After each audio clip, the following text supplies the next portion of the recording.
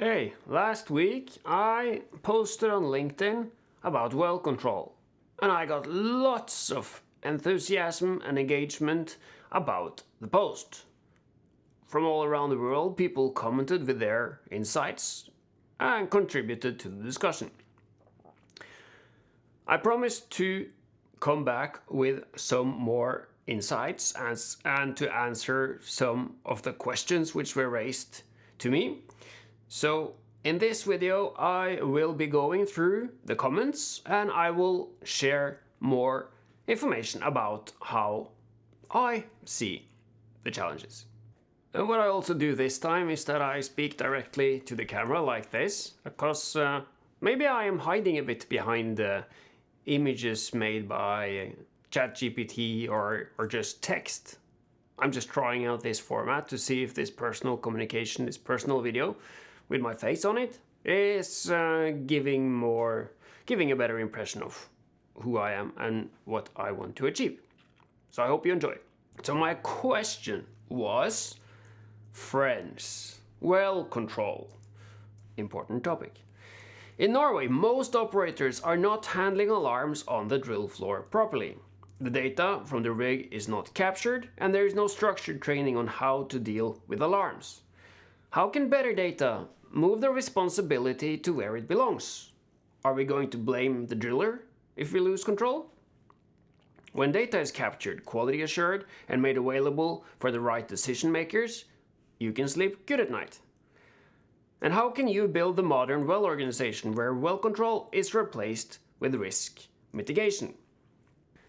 So my intentions with this question is to have a discussion on how we utilize the data from the rig.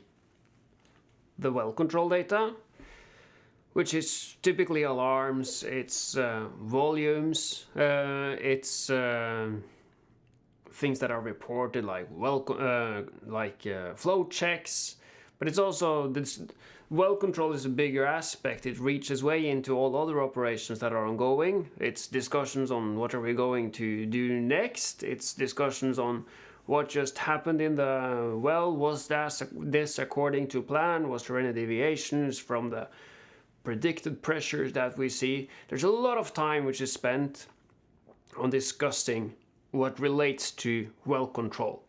But it's also the very specifics when you click the button to close the BOP and this is well control. We're now circulating out a kick. But it's bigger than that because it involves all the processes that the organization around the drill floor is built up on. And the one who's responsible is a bit tricky because you have from day to day, you have the driller on a contract from an operator to handle the well control, and you could say they are responsible. On a bigger level, you have the operator who is an operator, which means that a government has trusted them to operate on wells, to control the pressures of the subsurface, to create a potential way to produce hydrocarbons. And then you have the governments. I mean, if a disaster is big enough, who's going to be responsible? Who said, yes, we can do this? You have the government on the top, then you have the operators, who's most likely, whose we have seen go down in the history when big events happen. No company is too big to go down in a well control incident. And then you have the service companies below who could also be penalized, but in actual responsibility, that's a contractual thing. You can't blame the individuals on the drill floor for disasters. It's systematic today. When you're making a decision to drill or not to drill, you don't call up all the drillers who are going to be working shifts on this rig and ask them if this is going to be safe. It's the operator who's responsible for the risk.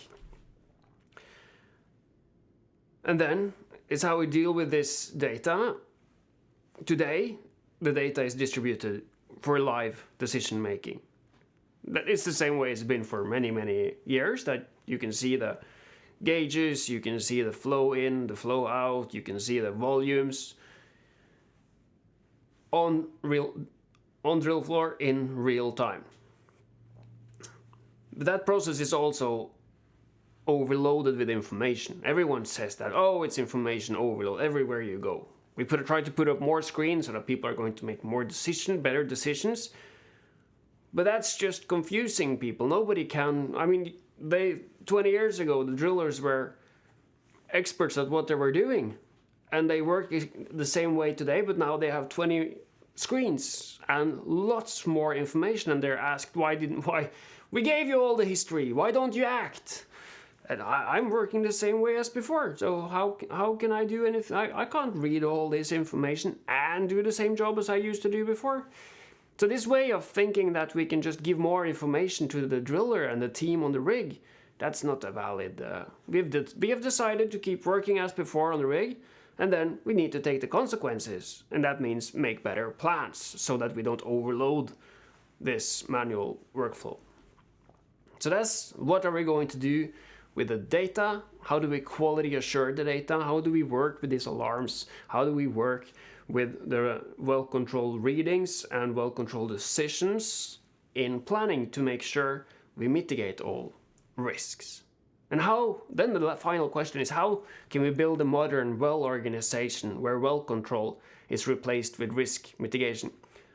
Because today, a lot of the management capacity, a lot of planning efforts goes into emergency situation planning, training of teams, training of engineers, training of management, offshore preparation. A lot of the time is spent on well control management in very manual ways. And that takes up a lot of mental capacity of everyone who's working in well planning and well operations, and it's hindering how we should be working with performance improvements to show that we're a modern industry, attract more talent to our industry, and deliver wells as we say, that we can deliver a portfolio of 5 wells right on time, right on schedule, without having to say, yeah, but the weather came up, or without having to have 20% NPT, non-productive time. So building this organization which delivers exactly what they're saying, as I see it, the current way of dealing with well control is a hinder to getting to where we want to be with a quality process. So that's my reasoning behind this question. Now let's have a look at the comments, shall we? Right. So here is me. I am Magnus. That's me. And this is the post I made. The question I asked, and here are the comments. First of all, lots of people have engaged with this. You see, 86 people around the world. That's good for me, for my posts. 77 people, they are like, good, or interesting, or, but at least worth clicking. 6 people, they are like, made me think. I appreciate that, thank you. 2 people are celebrating. I am celebrating this enthusiasm with you. And 1 person is sharing love. Thank you, Yasser Abdinejad. That's my kind of guy. Sharing love. Me too. And let's look at the comments. And why am I speaking with a British accent? And is that really a British accent? Well, why should I be speaking with an American accent? Just try. Peter Ed comments that well control is evidently only 1% of drilling problems. So if that's all the loss failures you can identify, then you really have a mega data management problem and issue. A bit aggressive there, starting off, I would say. And whereas I keep informing you intellects that nothing will work until you inculcate the data to start telling the truth, this is actually the easy part. Alright, lots of passion, I see. Not sure if I understand, but stop chasing the tail of the tiger. Start facing the evident real truth head on. And my comment to this is I would argue that we spend more than 1% of our time discussing well control. I would argue we spend a significant amount of our time discussing well control. Everything from flow checks to what's happening tomorrow, or is this the safe way to do it? What could we expect of well control situations and pressure changes? Moving on. Mohammed Al-Janabi, he has a comment about how things should be best be done, encouraging driller and give him all responsibility and authority, implementing an advanced assessment covering all wells controlled areas and train people to respect that, enhancing early warning systems for mud loggers and rigged PVTs including all relevant equipment, follow all sensors including H2S LEL in a prevention maintenance system, quality assurance by hiring an experienced on-ground crew, not on papers. Also, it can be go through a lesson learned campaign to change the crew mindset from reactive to comprehensive approaches. To me, sounds like Mohammed really understands this game and how complex this is. This manual way of working requires the excellent people in every position all the time and all the management systems to follow up all these people. It's quite exhaustive. And I would argue that this level of detail that is needed is describing the risk we're facing. We need to simplify things. We get an agreement.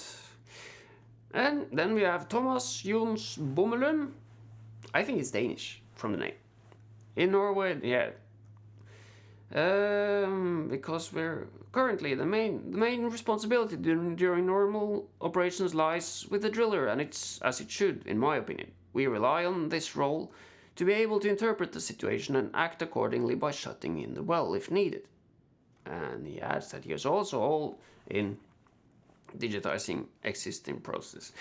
And this is what typically happens when you start discussing well control. It becomes this we against them discussion. I can't foresee that anyone is going to bring in a digital rig tomorrow where there are no people. And this argumentation is like, yeah, well, it's the people who are there who are doing the important job. And I don't think anyone is disagreeing to that. But it always draws a lot of affection from other people who feel their jobs are insecure. And we get more. It was a fun one here. It appears that this article, Anthony Barnaby writes that it appears that this article was written to push his, that's mine, I think, AI narrative. Now he can swoop in and save the day. I would love to. In his defense, everyone's got to make a living somehow. I agree. And I would say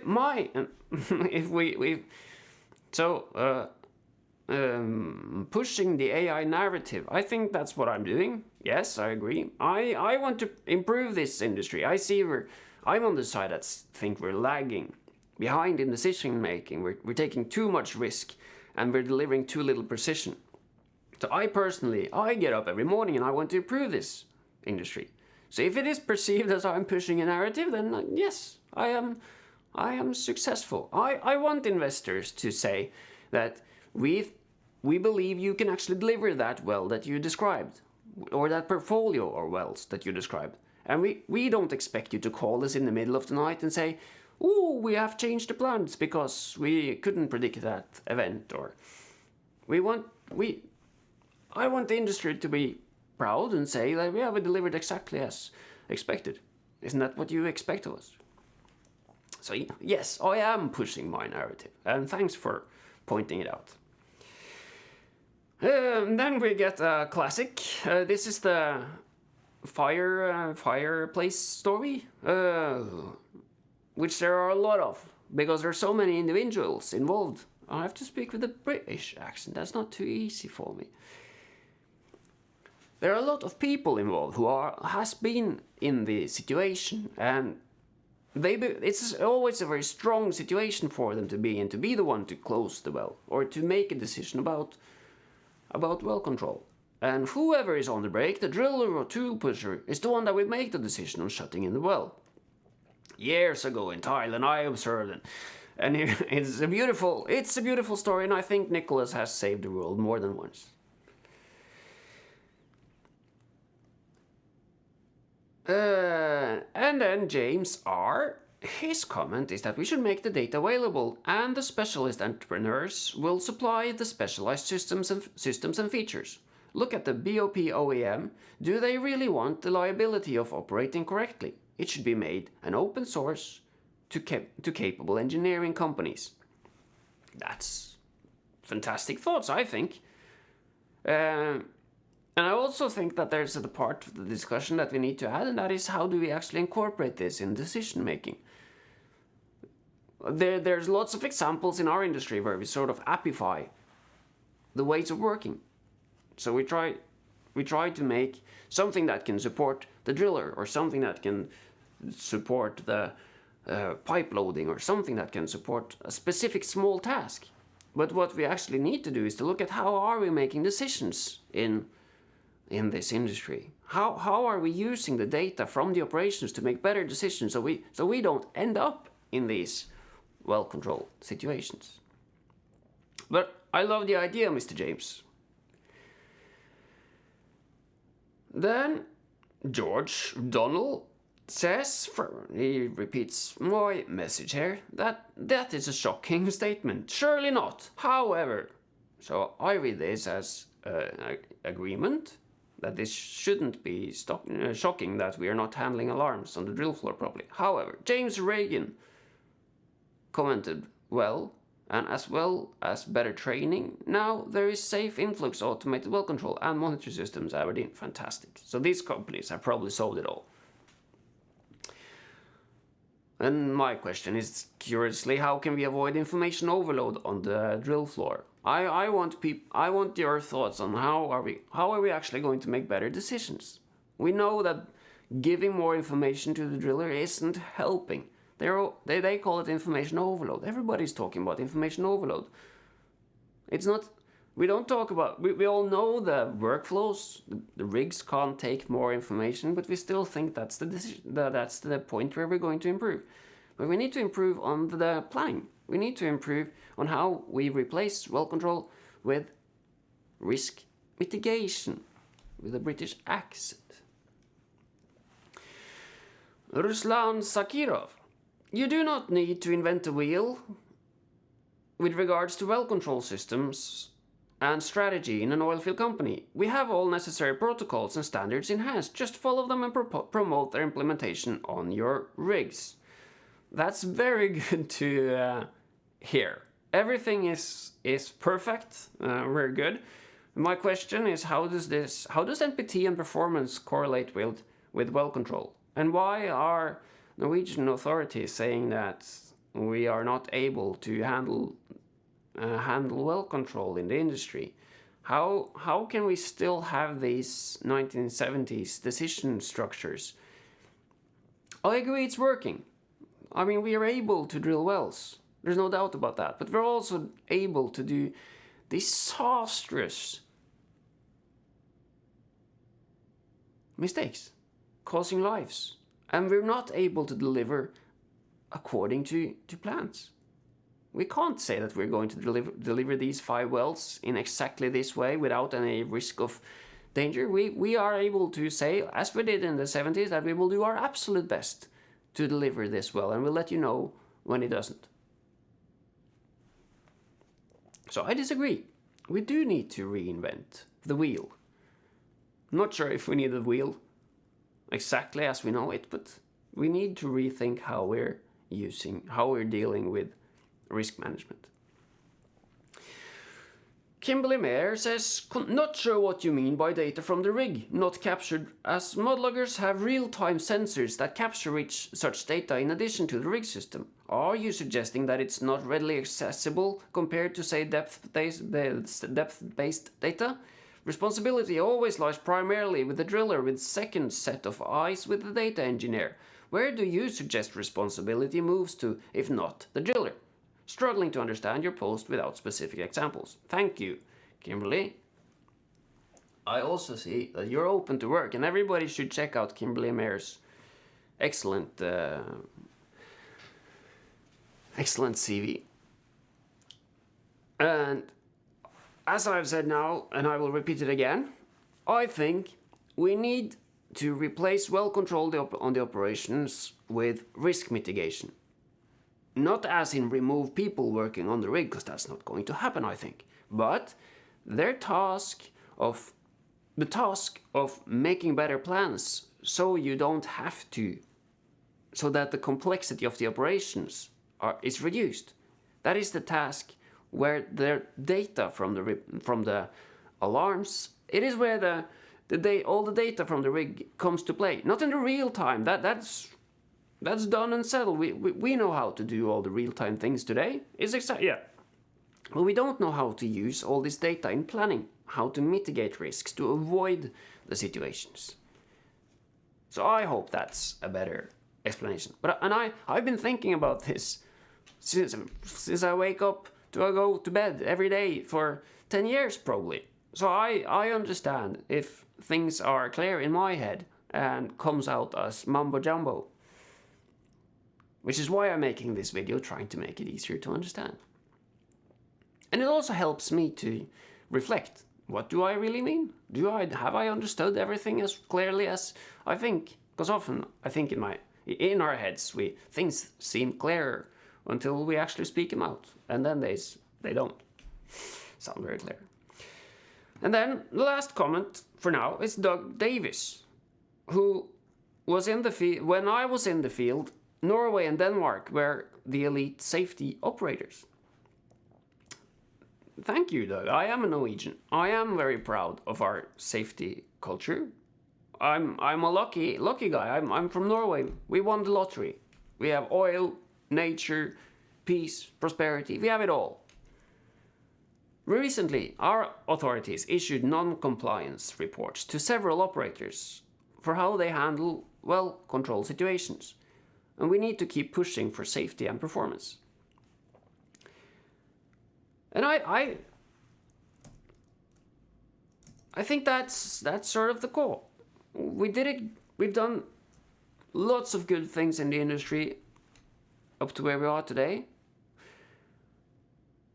But with the opportunities that came with digitalization, we haven't really implemented changes to how we work on a level where it actually impacts the bottom line and the risk of our operations. We've been appifying and sort of solving smaller tasks so that people can continue working as they always did. The next step is raising the bar, setting higher KPIs. You should be able to predict the outcome of this well, deliver it exactly as you said. And to do that, you probably need 100 detailed plans instead of one detailed plan, one general plan. We should rule out NPTs. NPTs is like, it means we don't know what we did. It means we don't know why we did it. It wasn't planned. We just did it.